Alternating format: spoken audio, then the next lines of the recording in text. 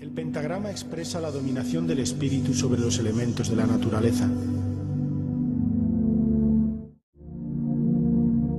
Su nombre viene del griego y significa 5 líneas. Otros nombres que recibe, como pentalfa o pentáculo, también derivan de la misma lengua y vuelven a hacer referencia al 5. En el primer caso son 5 alfas, la primera letra del alfabeto griego que equivale a nuestra A, y en el segundo se refiere a que tiene 5 ángulos. Ya era conocido en la antigua Mesopotamia, pero sabemos que fue Pitágoras el que le dedicó la máxima atención, estudiándolo, reverenciándolo y adoptándolo como símbolo de su escuela iniciática, según Jámblico en su vida de Pitágoras.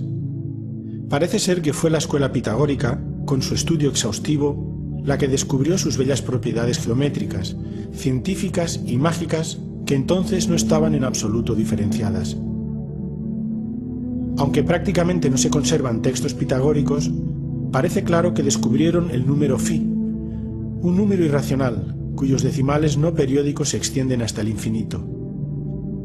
Además, todos los ángulos que existen en el pentagrama son de 36 grados, 5, 72 grados, 10 y 108, 5 interiores y 5 exteriores.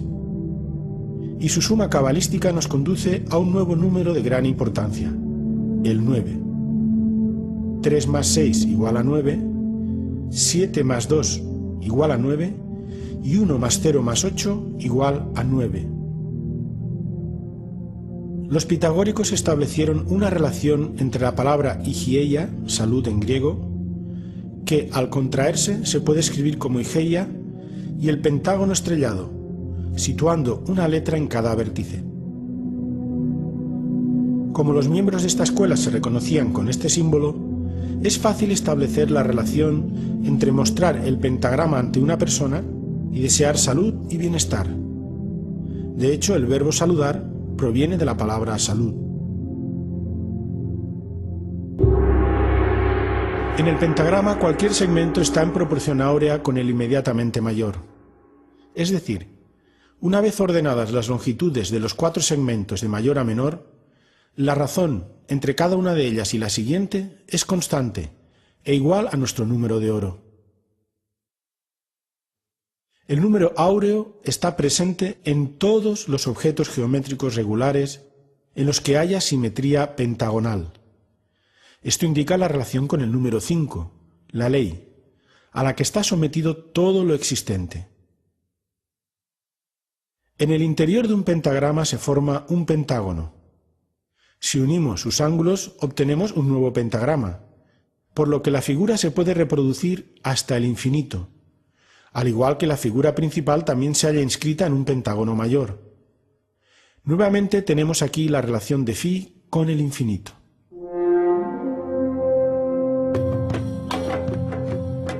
Como hemos dicho, esta figura se encuentra desde época de las culturas mesopotámicas. Es utilizada por Pitágoras como símbolo de su escuela y pasa a través de Platón hasta Vitruvio, persistiendo a lo largo de los siglos en los trazados de los arquitectos y en las estrellas mágicas. Luca Pacioli lo saca nuevamente a la luz y los artistas del Renacimiento lo incorporan a su obra, Leonardo, Alberti, Durero, etc. En resumen, el pentagrama como figura geométrica reúne unas características y propiedades matemáticas únicas. Todas giran alrededor del número phi o número de oro. Este número irracional, ya que no puede ser expresado por un número entero, guarda relación con el número 5, la ley divina, y con el círculo, expresión de la perfección de Dios, así como con la espiral, que es el nexo de unión entre los mundos. Indudablemente las octavas del caracol se procesan musicalmente con las notas do, re, mi, fa, sol, la, si, en forma graduativa.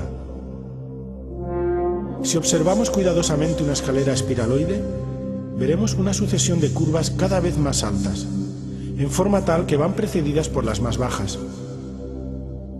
Esta formación, esta distribución de las curvas en la forma de cualquier espiral, es suficiente como para comprender que entre octava y octava existen también pausas musicales. A cada una de estas pausas corresponde un descenso abismal.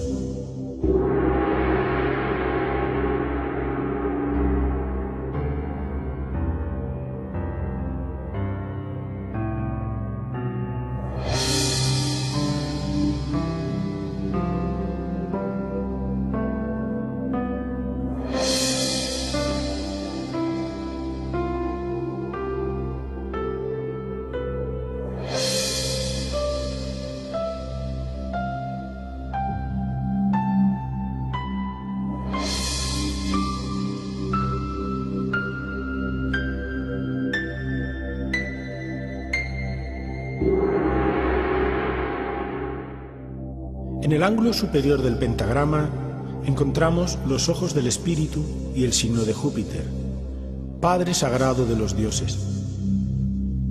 En los brazos el signo de Marte, símbolo de la fuerza. En los pies el signo de Saturno, símbolo de la magia. En el centro el símbolo de la filosofía oculta, el caduceo de Mercurio y el signo de Venus. El caduceo de Mercurio representa la espina dorsal, y las dos alas el ascenso del fuego sagrado a lo largo de la espina dorsal, abriendo las 7 iglesias del Apocalipsis de San Juan, los 7 chakras, por medio de la castidad científica. El cáliz, símbolo del yoni femenino, también representa la mente cristalizada conteniendo el vino de la luz que seminiza el cerebro. La espada es el falo masculino. También encontramos la llave y el pentáculo de Salomón. El tetragrammatón es un mantra de inmenso poder sacerdotal. Según matemáticas transfinitas, infinito más infinito igual a la pentalfa.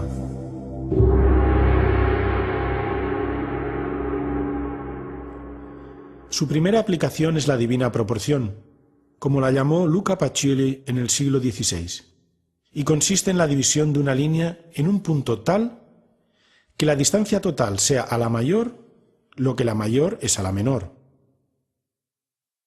Su virtud tiene un efecto estético, pues cuando más se aproxima una forma o un cuerpo a esta proporción, más bello y perfecto nos parece.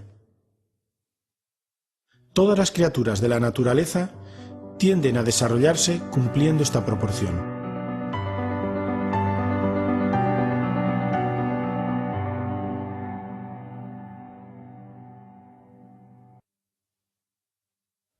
La geometría, del griego que significa medida de la tierra, es una ciencia matemática aplicada al estudio y creación de formas y cuerpos. Se supone de origen griego, pero no hay duda que era conocida en Egipto y Mesopotamia.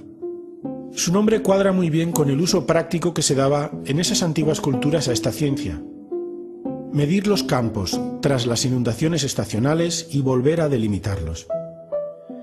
El principio de la geometría es el punto. A partir de aquí, con regla, el instrumento de la rectitud, y compás, el instrumento de la perfección circular, se crea el universo geométrico, como Dios hizo con toda la creación. Del punto nace la recta, y con 3 de ellas tenemos el triángulo, con 4 el cuadrado y con 5 el pentágono. En términos aritméticos, si el punto es el 0 y la recta el 1, observemos cómo es imposible crear la más simple de las figuras, el triángulo, con solo 2 líneas. Esta es la más simple demostración del misterio de la creación, que requiere de la concurrencia de 3 elementos o fuerzas para su existencia. La forma de crear un rectángulo con phi consiste en apoyar un compás en la mitad de un cuadrado perfecto y extender su otra punta hasta su ángulo inferior. Haciendo girar el compás nos dará el punto hasta donde se debe extender el rectángulo para que resulte áureo. Mediante este sencillo procedimiento podemos entender que phi relaciona el círculo, la perfección divina, con el cuadrado y el rectángulo, ambas formas ligadas al 4, el mundo manifestado. En el mismo triángulo rectángulo tenemos implícito el valor de phi, la armonía oculta que anima a todas las cosas existentes hacia la belleza y la verdad divinas. El psicólogo alemán Gustav Theodor Fechner, 1801-1887, realizó en 1876 el experimento de presentar rectángulos de varias medidas y darlos a elegir a diversos sujetos, prefiriendo la mayoría los que guardaban la proporción áurea. Los poliedros regulares son sólidos cuyas caras son todas iguales. Los pitagóricos demostraron que sólo pueden existir 5 cuerpos regulares, que representan a cada uno de los elementos. La Tierra está representada por el cubo, constituida por 8 vértices y formada por 6 cuadrados. El fuego por el tetraedro, que son 4 triángulos equiláteros. El aire por el octaedro, 8 triángulos equiláteros. El agua por el icosaedro, con 12 vértices y 20 triángulos equiláteros. El universo o el éter está representado por el dodecaedro, formado por 12 caras, que son 12 pentágonos regulares. Todos, en especial el icosaedro y el dodecaedro, guardan estrecha relación con el número de oro. Mediante un rectángulo áureo subdividido, se traza una espiral logarítmica que permite comprender todas las relaciones armónicas que se manifiestan en la naturaleza y en el arte. Podemos apreciar cómo los cuadrados y rectángulos áureos se suceden hasta el infinito. Sobre los rectángulos se traza la espiral modelo de crecimiento de los seres vivos. Todos responden a la serie de Fibonacci. Cuando a un círculo le aplicamos la proporción áurea en un extremo, tenemos un nuevo perfecto. Y si lo hacemos en los dos extremos, conseguimos una elipse perfecta, con el aspecto típico de una galaxia. Otra maravillosa propiedad de esta proporción es que si colocamos dos rectángulos áureos transversalmente, el vértice central queda alineado de esta forma.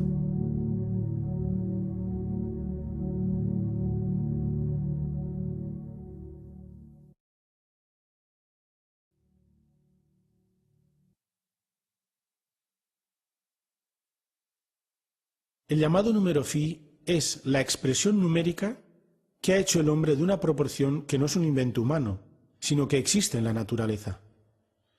Las criaturas en su crecimiento se aproximan a la perfección matemática. La espiral logarítmica determinada por los rectángulos áureos autorreproduciéndose marca el crecimiento de muchos frutos y flores y también conchas. Los ejemplos que se citan a continuación no son más que casos que se han investigado científicamente. Los cristales de pirita, aunque no es la forma principal de cristalización de los cuerpos. La filotaxia.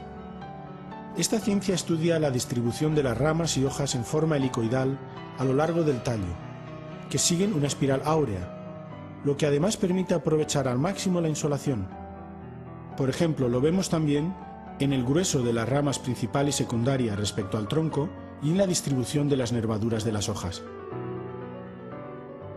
La espiral de crecimiento de las piñas siempre combina igualmente espirales en sentidos opuestos de número secuencial de Fibonacci. En la mayoría de las flores vemos que existe la ley de Ludwig. Por ejemplo, la espiral del diseño de la flor del girasol, con 21 y 34 espirales en sentidos opuestos, ambos números de la sucesión de Fibonacci.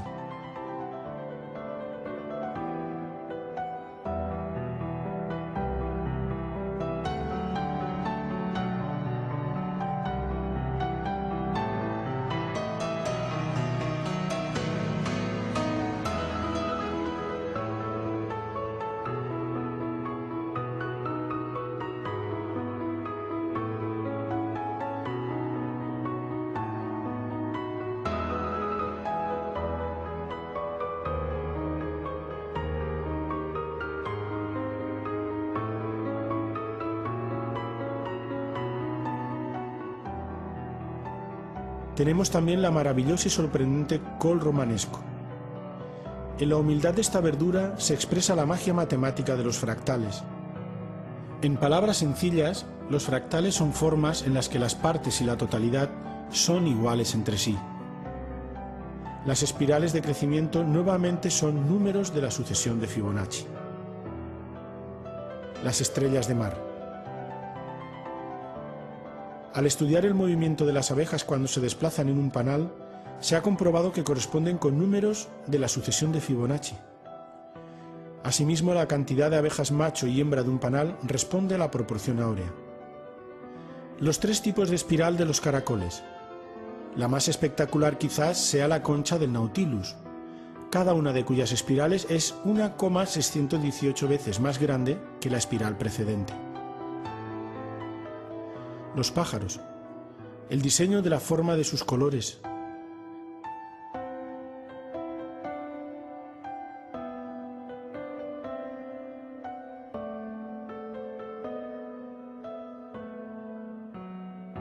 La forma espiral de las galaxias.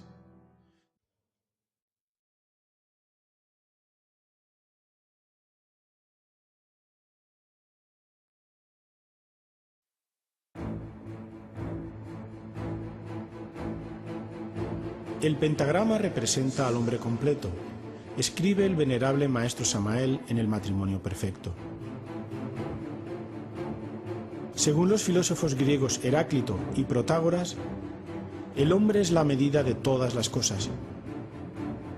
Estudios anatómicos y artísticos demuestran sin lugar a dudas que el canon ideal de la belleza es Φ. Cuanto más se aproxime un rostro o un cuerpo al número de oro, más bello nos parecerá.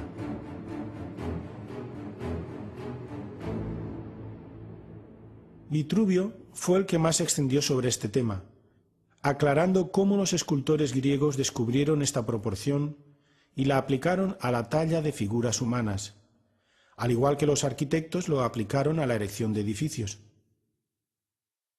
El hombre de Vitruvio, de Leonardo, recibe este nombre porque el artista italiano lo reprodujo genialmente según las instrucciones del arquitecto romano. El ombligo es el punto donde se debe dar la proporción, siendo el sexo la mitad exacta.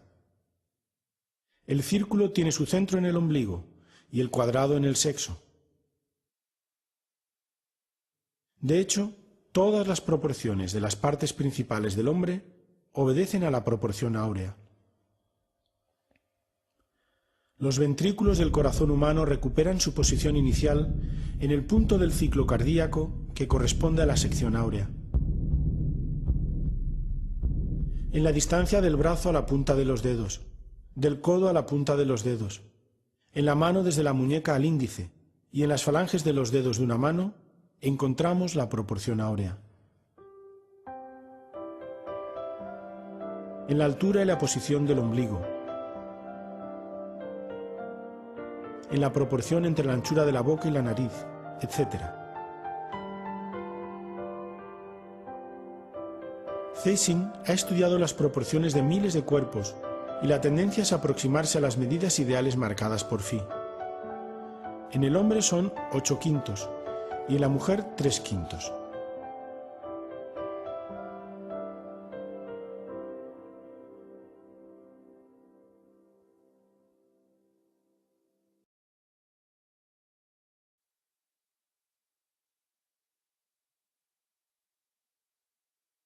Como dijimos anteriormente, la primera escuela que sacó a la luz estos secretos matemáticos fue la de Pitágoras de Samos, en el siglo V a.C. Si bien se guardó de explicar públicamente la relación de las matemáticas sagradas con el desarrollo espiritual, pues era una escuela iniciática, es posible rastrear en el devenir de la historia de Occidente la presencia de estos conocimientos a través de dos vías: la teórica o literaria, los escritos de filósofos, matemáticos y artistas, y la artística, sobre todo la arquitectura y en menor medida la escultura y la pintura. Aunque pudiera parecer que el conocimiento de la proporción áurea aumentara en el devenir histórico, lo único que está sucediendo es que aumenta el saber y decrece el ser, es decir, aumentan las explicaciones teóricas y disminuye su presencia y su uso consciente. Esto guarda estrecha relación con el alejamiento progresivo de la humanidad de lo divino, de la fuerza que puso en marcha el universo y creó al hombre.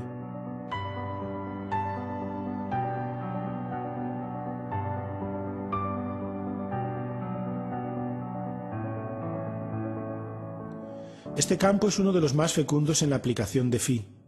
En forma natural, el artista tiende a expresarlo en las medidas de todas sus creaciones, dado su valor altamente estético. Pero además, no hay duda que se usó a modo de misterio matemático y místico en todas las grandes obras a lo largo de la historia. Ponemos ejemplos que han sido objeto de estudio. En la era mesopotámica, estamos hablando del año 7000 al 3200 a.C., en las tablillas de arcilla sumerias se encuentran grabados pentáculos. La puerta de la muralla de Bagdad responde también en sus diseños a la divina proporción.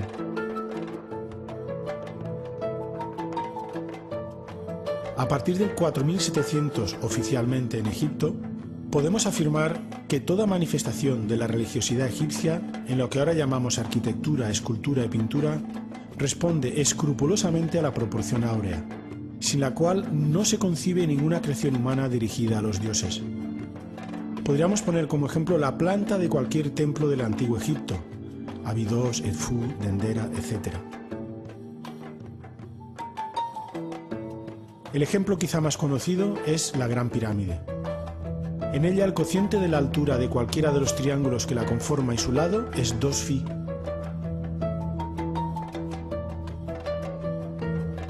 La razón entre la altura de una cara y la mitad del lado de la base es 1/618, es decir, el número de oro. Pero no acaban aquí las sorpresas. El cociente entre el área total y el área lateral de la pirámide es también el número de oro.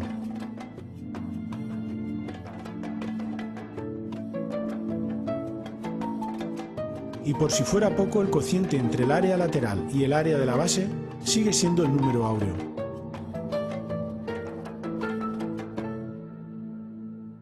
Pitágoras, 582-500 a.C. Instruido por Tales de Mileto, Anaximandro y Anaxímenes, con su escuela iniciática es el primero en desvelar estos secretos, aunque no directamente, ya que se trataba de una escuela de misterios, por lo que prácticamente no se conservan escritos propiamente pitagóricos, sino que se conocen a través de otros autores. Sin duda, su conocimiento fue extraído de Egipto, donde fue iniciado en los templos de sabiduría. Los elementos identificativos en los que basaban su conocimiento eran: el dodecaedro. Representa al éter, el quinto elemento o sustancia generatriz presente en todo y base de los otros 4 elementos: tierra, agua, aire y fuego. La llamada tetractis, los 4 primeros números, base y origen de la naturaleza manifestada.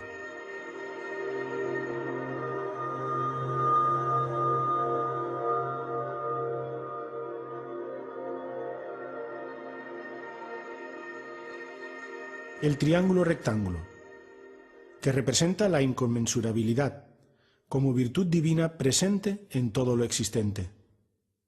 Su demostración es el famoso teorema de Pitágoras. La suma del cuadrado de los catetos es igual al cuadrado de la hipotenusa.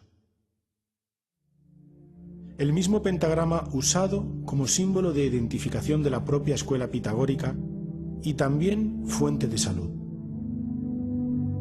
Según Jámblico en su vida de Pitágoras, la primera esencia era la naturaleza de los números y proporciones que se extiende a través de todas las cosas, de acuerdo con los cuales todo está armónicamente dispuesto y convenientemente ordenado.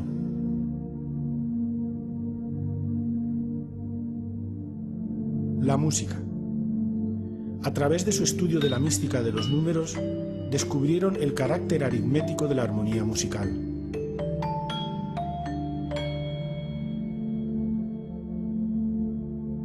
El carácter de la escuela de Pitágoras era rigurosamente científico, a través del estudio de las matemáticas, altamente artístico, por la importancia que le daban a la música, eminentemente filosófico, dado que establecieron un modo de entender al hombre y al universo que marcaba su actitud ante la vida, el modo de vida pitagórico.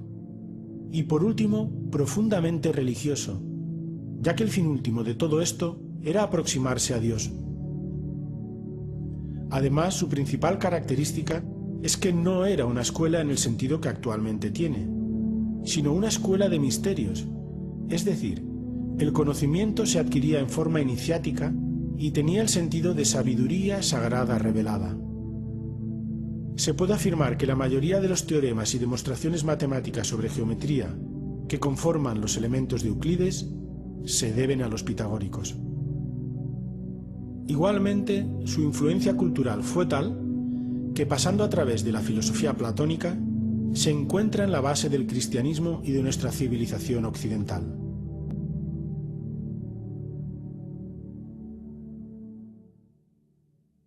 Arte de la antigua Grecia y Roma.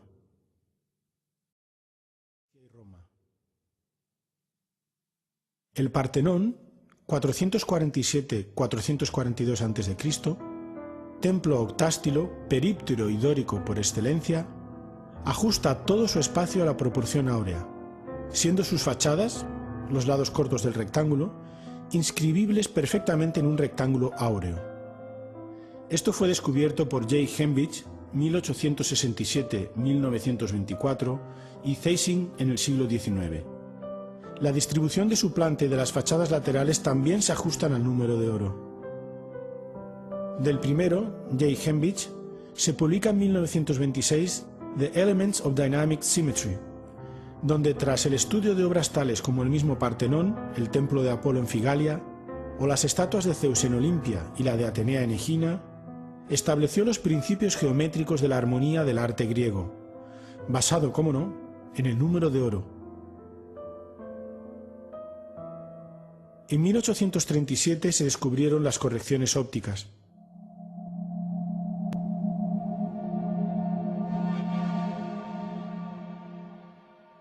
Sabemos que Pericles ordenó su construcción y encargó a Fidias que trabajara como escultor y supervisor de las obras.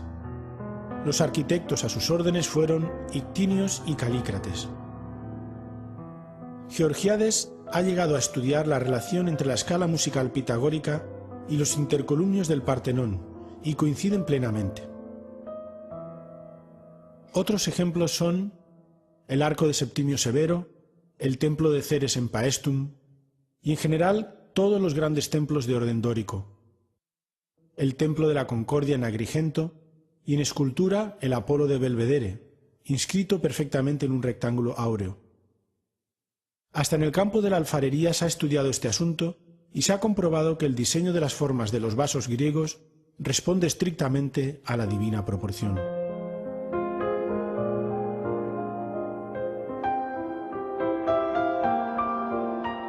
Platón, 428 al 347 a.C. Considera la proporción áurea como la mejor relación matemática.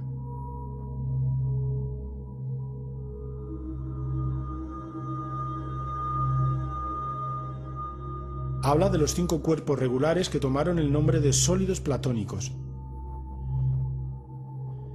El dodecaedro es la combinación de la que Dios se sirvió para trazar el plano del universo, según dice en su Timeo. También dice: es imposible combinar bien dos cosas sin una tercera. Hace falta una relación entre ellas que las ensamble. La mejor ligazón para estas relaciones es el todo. La suma de las partes como todo es la más perfecta relación de proporciones. Esta es la naturaleza de la relación. La obra del más famoso de los filósofos griegos es tan vasta que nos limitaremos en este estudio a recordar la frase que rezaba en el dintel de la Academia de Platón: no pase quien no sepa geometría.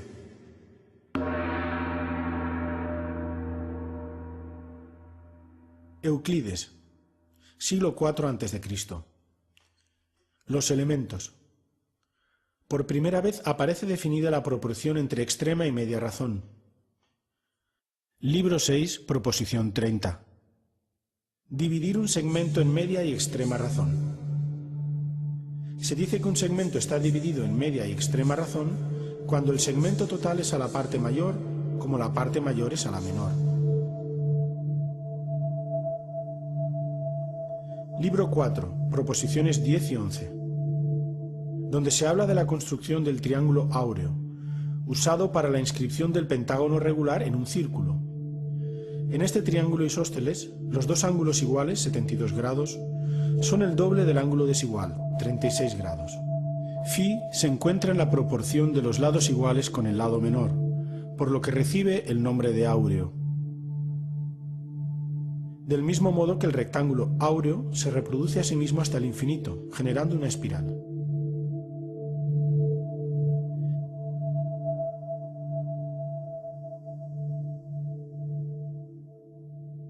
Vitruvio, 85-26 a.C. Para ser buen arquitecto hay que ser buen músico. La simetría consiste en el acuerdo de medidas entre los diversos elementos de la obra y estos con el conjunto. Como del cuerpo humano se deduce la proporción, aquella que los griegos llamaban analogía o consonancia entre las partes y el todo. Dicha simetría está regida por un módulo o canon común, el número.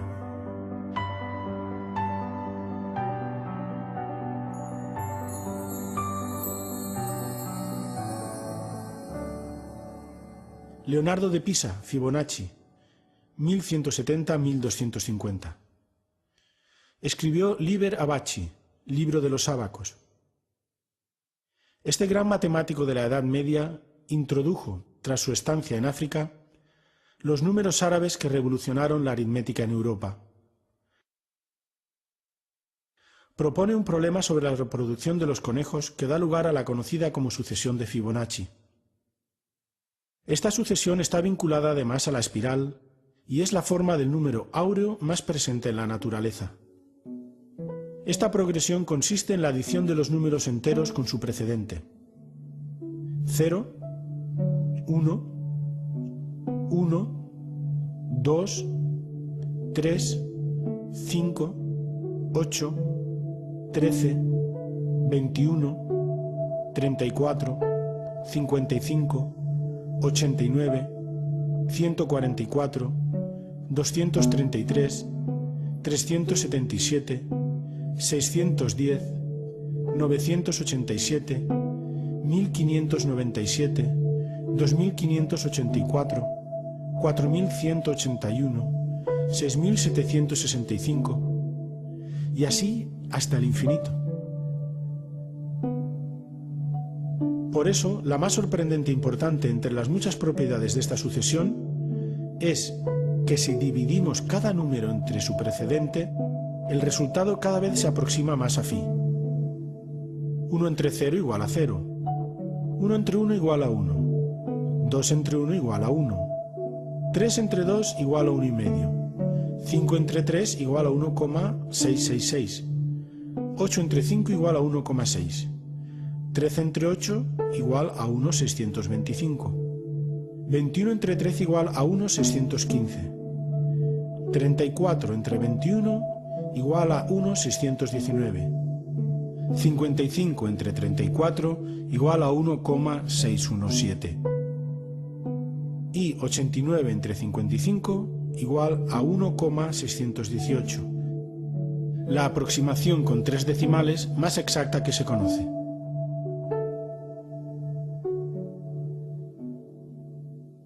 En la Edad Media, entre los siglos XI y XIV, tenemos como ejemplo máximo la Alhambra de Granada. En sus paredes se inscribe el lema de Ibn Samrak: sabrás mi ser si mi hermosura miras. Esa hermosura proviene de su prodigiosa geometría, ya que los sabios árabes sabían que el paraíso estaba relacionado con la belleza de la perfección geométrica dirigida hacia Dios. La Alhambra es una de las más bellas expresiones de la geometría que el hombre ha construido. Si vamos adentrándonos en sus secretos geométricos, la admiración y veneración a lo divino se pues la Alhambra cumple con rigor los preceptos áureos. El El segmento total es a la parte mayor, como la parte mayor a la menor.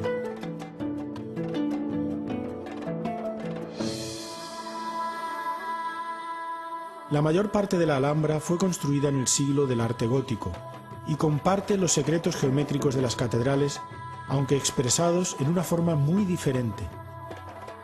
Es la manifestación arquitectónica única e irrepetible de la Casa de Nasr. Su fundador, Al-Ahmar el Rojo, fue aclamado como vencedor por el pueblo cuando volvía de ayudar a los cristianos en la toma de Sevilla. «No me aclaméis», dijo, «porque solo Dios es vencedor. La Galib ili Allah». Este otro es el lema que inunda las paredes de la Alhambra. El centro de gravedad sobre el que gira toda la construcción es la Torre de Comares, con su cúpula estrellada con dos cuadrados entrelazados. La altura de la línea del centro de la estrella al suelo es igual al radio del perímetro de los 4 lados del salón. De esta torre parten las simetrías radiales que provocan los maravillosos juegos de perspectivas.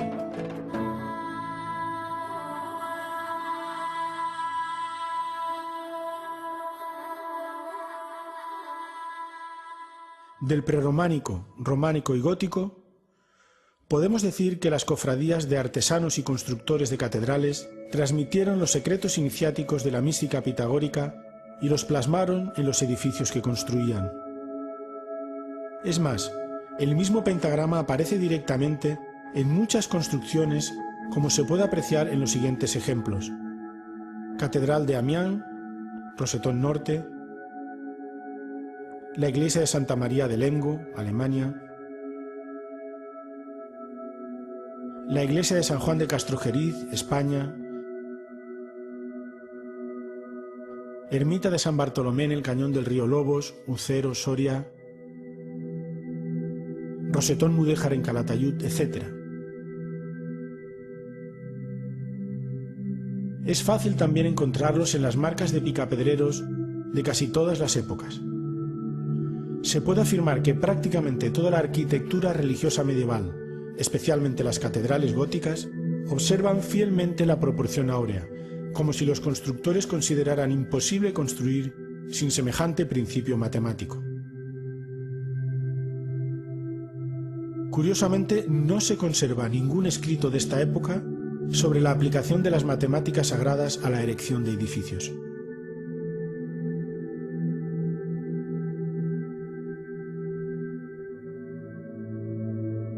Ejemplos de estudios concretos los tenemos en Santa María dei Fiori de Florencia,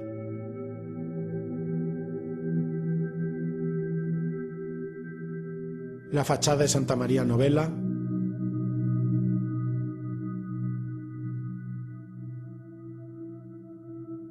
Notre Dame de París,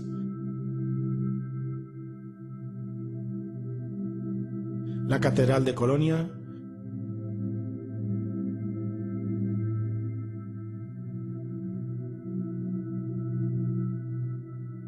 Saint-Ouen de Rouen,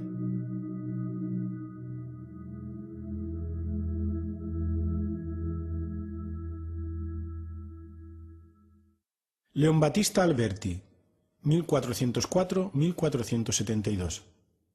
Arquitecto y una de las figuras más importantes del Renacimiento, define la belleza como una armonía de todas las partes en cualquiera que sea el objeto en que aparezca, ajustadas de tal manera y en proporción y conexión tales que nada puede ser añadido, separado o modificado más que para empeorar. Alberti también establece su analogía musical en De Re a Edificatoria. Los números por medio de los cuales el acorde de sonidos afecta a nuestros oídos con placer deben de ser los mismos que agraden a nuestra vista y nuestro pensamiento. Por tanto, todas nuestras reglas para determinar las proporciones debemos obtenerlas de los músicos, que son los grandes maestros de esta clase de números.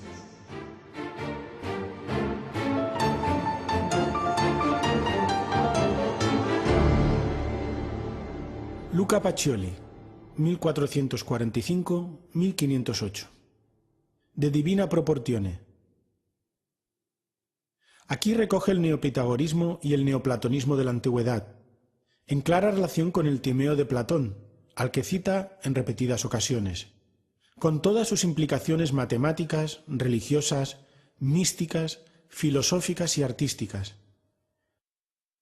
Fue de suma importancia para los científicos y artistas del Renacimiento, alargándose su influencia para toda la posteridad, incluso a nivel mágico.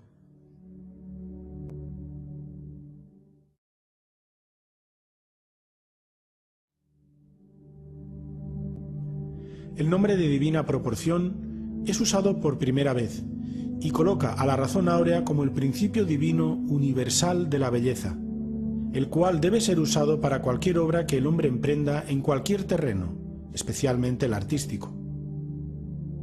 Así, la obra del hombre debe ser un reflejo fiel de la perfección de la obra divina.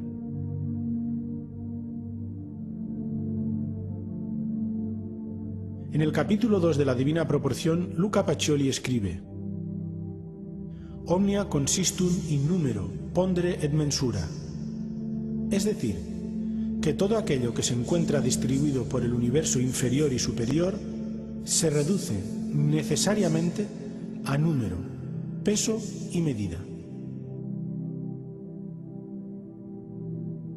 En el capítulo 5, el monje franciscano explica por qué esta proporción matemática merece el nombre de divina. 1. Es una sola y no más, y dicha unidad es el supremo epíteto de Dios mismo. 2. La divina proporción se corresponde con la Santísima Trinidad. Así como en divinis hay una misma sustancia entre tres personas, de igual modo una misma proporción se encontrará siempre entre tres términos. 3. Así como Dios es indefinible, también la divina proporción no puede nunca determinarse con un número inteligible. 4. Dios nunca puede cambiar y está en todo. Así también es la divina proporción. 5. Así como Dios confiere el ser a la virtud celeste, llamada quinta esencia, y mediante ella a los otros cuerpos simples, es decir, a los cuatro elementos, tierra, aire, agua y fuego, que tienen su forma propia, cubo, icosaedro, octaedro, tetraedro, nuestra santísima proporción confiere el ser formal, según el antiguo Platón en su Timeo, al cielo mismo, atribuyéndole la figura del dodecaedro.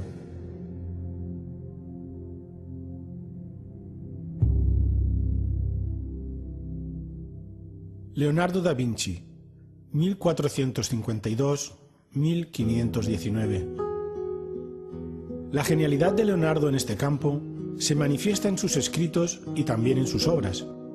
Explicó teóricamente nuestra proporción y también la aplicó en la práctica en toda su obra. Le unía una gran amistad con el monje Luca Pacioli y realiza los dibujos para la edición de la Divina Proporción. En su tratado de pintura afirma: nuestra alma está hecha de armonía, y la armonía no se engendra, sino que surge espontánea de la proporción de los objetos que la hacen visible.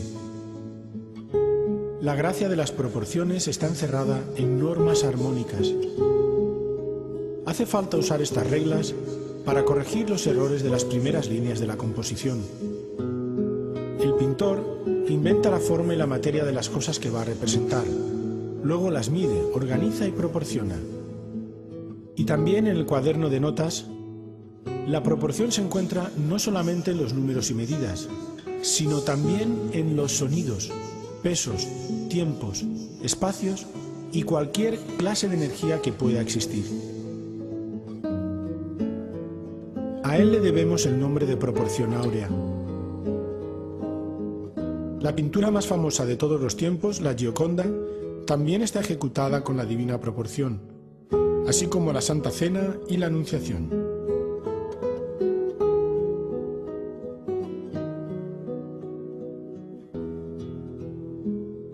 Albrecht Dürer, o Alberto Durero, en 1525, escribe la instrucción sobre la medida con regla y compás de figuras planas y sólidos. Allí desarrolla la espiral basada en el número áureo. En las obras Adán y Eva se ejemplifica la aplicación de la proporción áurea.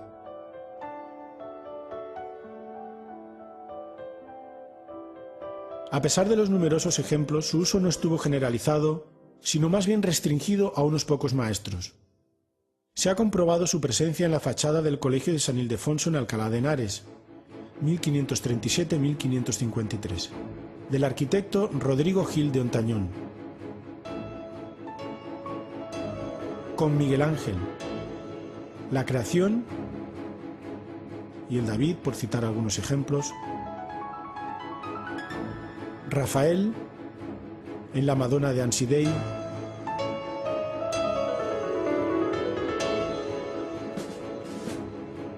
En el Bautismo de Cristo de Piero de la Francesca. En la Primavera de Botticelli. En el Greco, con el entierro del conde de Orgaz.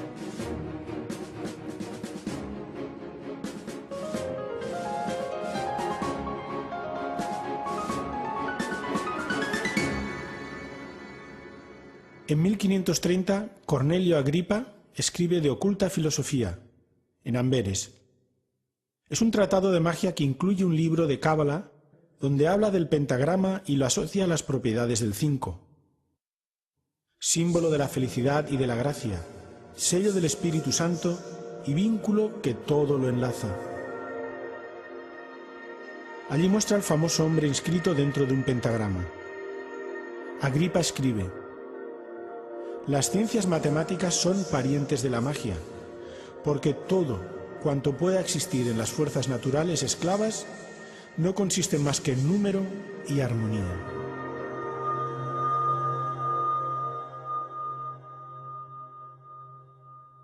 Paracelso, 1493-1541.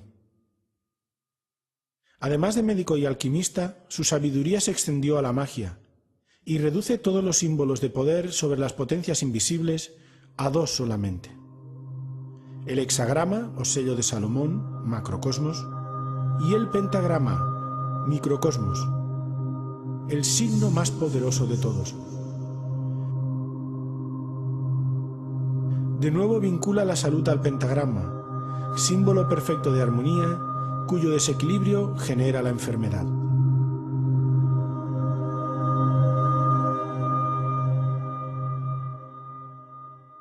Johannes Kepler, 1571-1630. Edita en Tubinga en 1596 Mysterium Cosmographicum. Es el descubridor de la proporción matemática de las órbitas de los planetas, entre otras cosas, y escribe: la geometría tiene dos grandes tesoros. Uno es el teorema de Pitágoras y el otro es la sección áurea. Si el primero es una joya de oro, el segundo viene a ser una piedra preciosa. El maestro Samael escribe en 1959 en Nociones fundamentales de endocrinología y criminología: el mundo de las intuiciones es el mundo de las matemáticas. El estudiante que quiera elevarse al mundo de la intuición debe ser matemático, o por lo menos siquiera tener nociones de aritmética. Las fórmulas matemáticas confieren el conocimiento intuitivo. El estudiante se debe concentrar en una fórmula matemática y meditar profundamente en ella.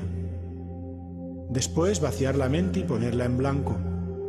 Luego aguardar que el ser interno nos enseñe el concepto de contenido encerrado en la fórmula matemática. Por ejemplo, antes de que Kepler enunciase públicamente su famoso principio de que los cuadrados de los tiempos de las revoluciones de los planetas alrededor del Sol son entre sí como los cubos de sus distancias, ya la fórmula existía, estaba contenida en el sistema solar, aun cuando los sabios no la conocían. El estudiante puede concentrarse mentalmente en esta fórmula, vaciar la mente, adormecerse con mente en blanco y aguardar que su propio ser interno le revele todos los secretos maravillosos contenidos en la fórmula de Kepler. La fórmula de Newton acerca de la gravitación universal también puede servir para ejercitarnos en la iniciación. Esta fórmula es la siguiente. Los cuerpos se atraen entre sí en razón directa de sus masas y en razón inversa del cuadrado de sus distancias. Si el estudiante practica con tenacidad y suprema paciencia, su propio ser interno lo enseñará e instruirá en la gran obra. Entonces estudiará a los pies del maestro, se elevará al conocimiento intuitivo.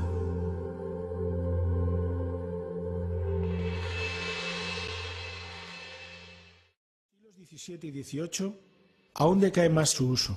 A pesar de ello subsisten algunos ejemplos. Palladio y toda su arquitectura. Los pastores de la Arcadia de Nicolas Poussin.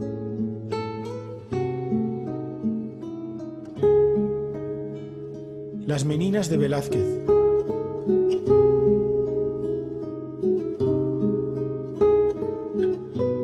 Saturno devorando a sus hijos de Goya. Los edificios de la Plaza Vendôme de París.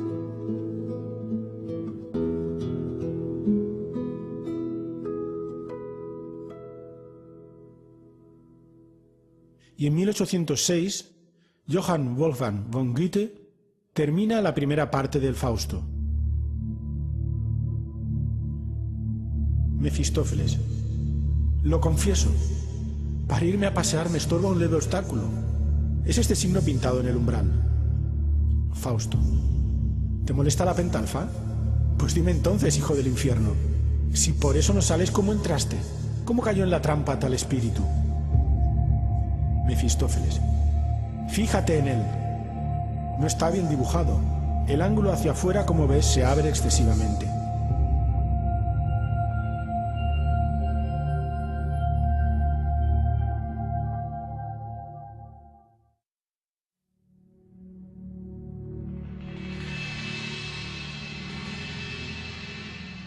El pentagrama es el signo del verbo hecho carne. El verbo cristaliza siempre en líneas geométricas. Esto está demostrado con la cinta magnetofónica. El discurso queda grabado en la cinta. Cada letra cristaliza en figuras geométricas. Basta después hacer vibrar la cinta en la máquina grabadora para que se remita el discurso. Dios geometriza. La palabra toma figuras geométricas.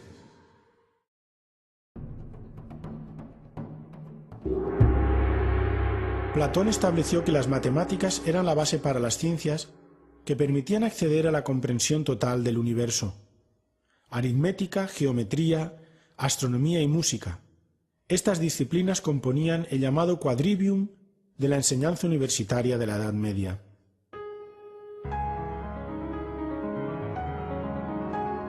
Partiendo de la base de que el sonido es una onda que se transmite en proporción logarítmica, podremos entender la naturaleza matemática de la vibración de todo cuanto existe.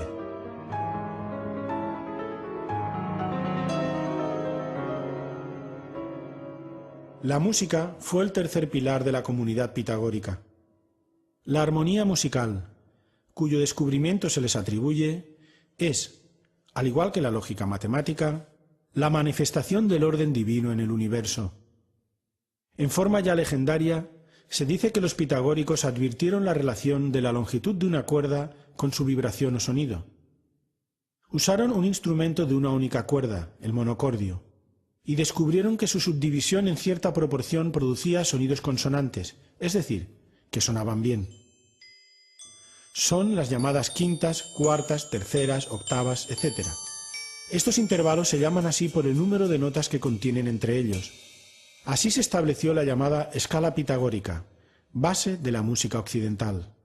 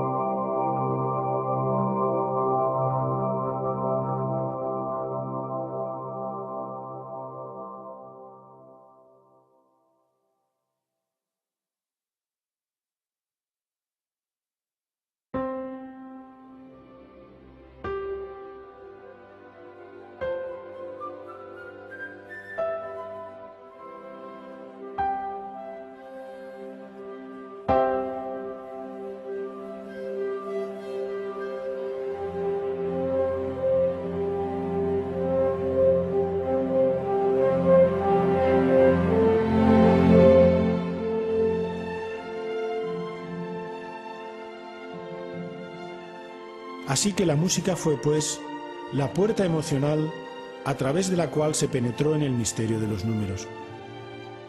Al hablarnos sobre el paso previo a la intuición, el venerable maestro Samael se refirió así al conocimiento inspirativo. El discípulo que quiere llegar al conocimiento inspirado debe concentrarse profundamente en la música. La flauta encantada de Mozart nos recuerda una iniciación egipcia. Las 9 sinfonías de Beethoven y muchas otras grandes composiciones clásicas nos elevan a los mundos superiores. El discípulo concentrado profundamente en la música deberá absorberse en ella, como la abeja en la miel, producto de todo su trabajo. Ahora entenderemos por qué actuaba también como equilibrante emocional en el modo de vida pitagórico. A ellos les debemos también la afirmación que sostiene que, como toda vibración produce un sonido, también los mundos en su movimiento planetario producen un sonido que, sumado al de los otros cuerpos celestes, conforma la llamada música o armonía de las esferas, lo que fue reafirmado por Kepler y sus descubrimientos astronómicos.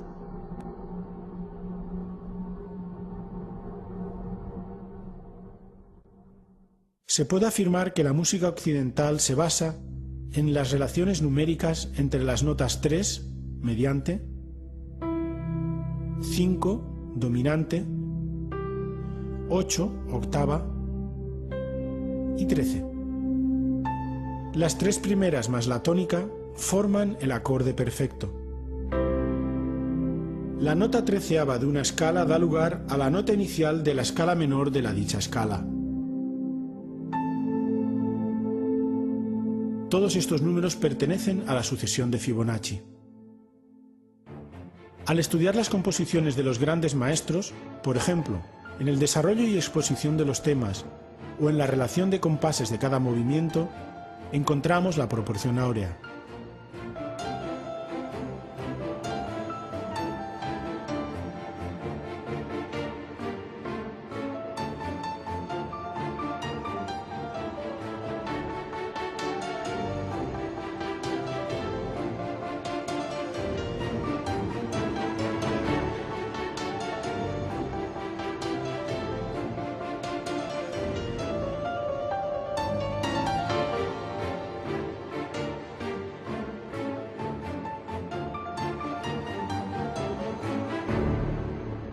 Hemos dejado a propósito la relación del pentagrama esotérico y el número de oro con la música para el final de este estudio, ya que en la ciencia de las vibraciones radica la clave para poder aplicar estos conocimientos sobre nosotros mismos.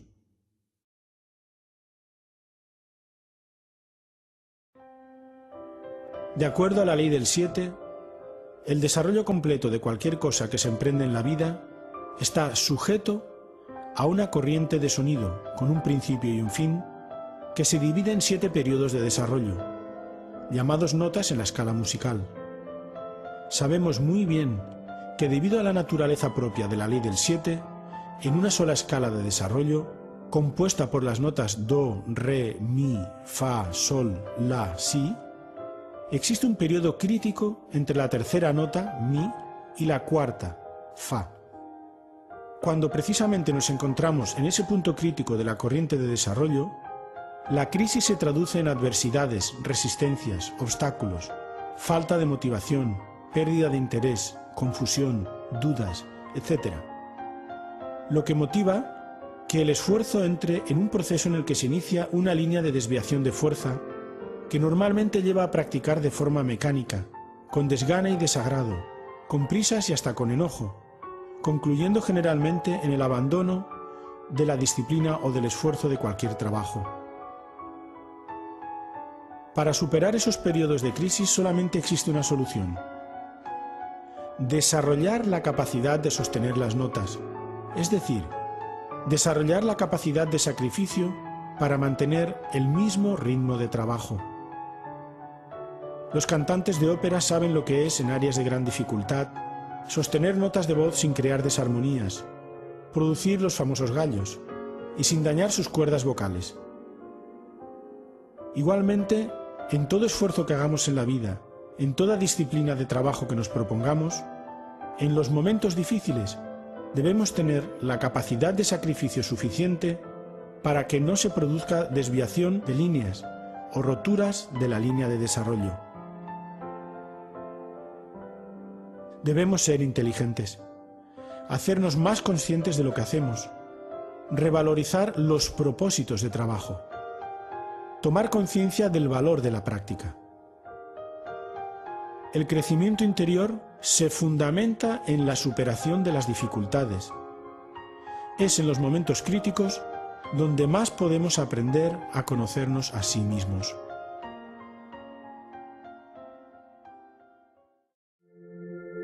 Definitivamente, el pentagrama es la imagen perfecta de la armonía matemática presente en la naturaleza y a la que tienden todas las criaturas vivas. El descubrimiento en uno mismo de esa ley matemática nos conduce a la revelación de que formamos parte de Dios.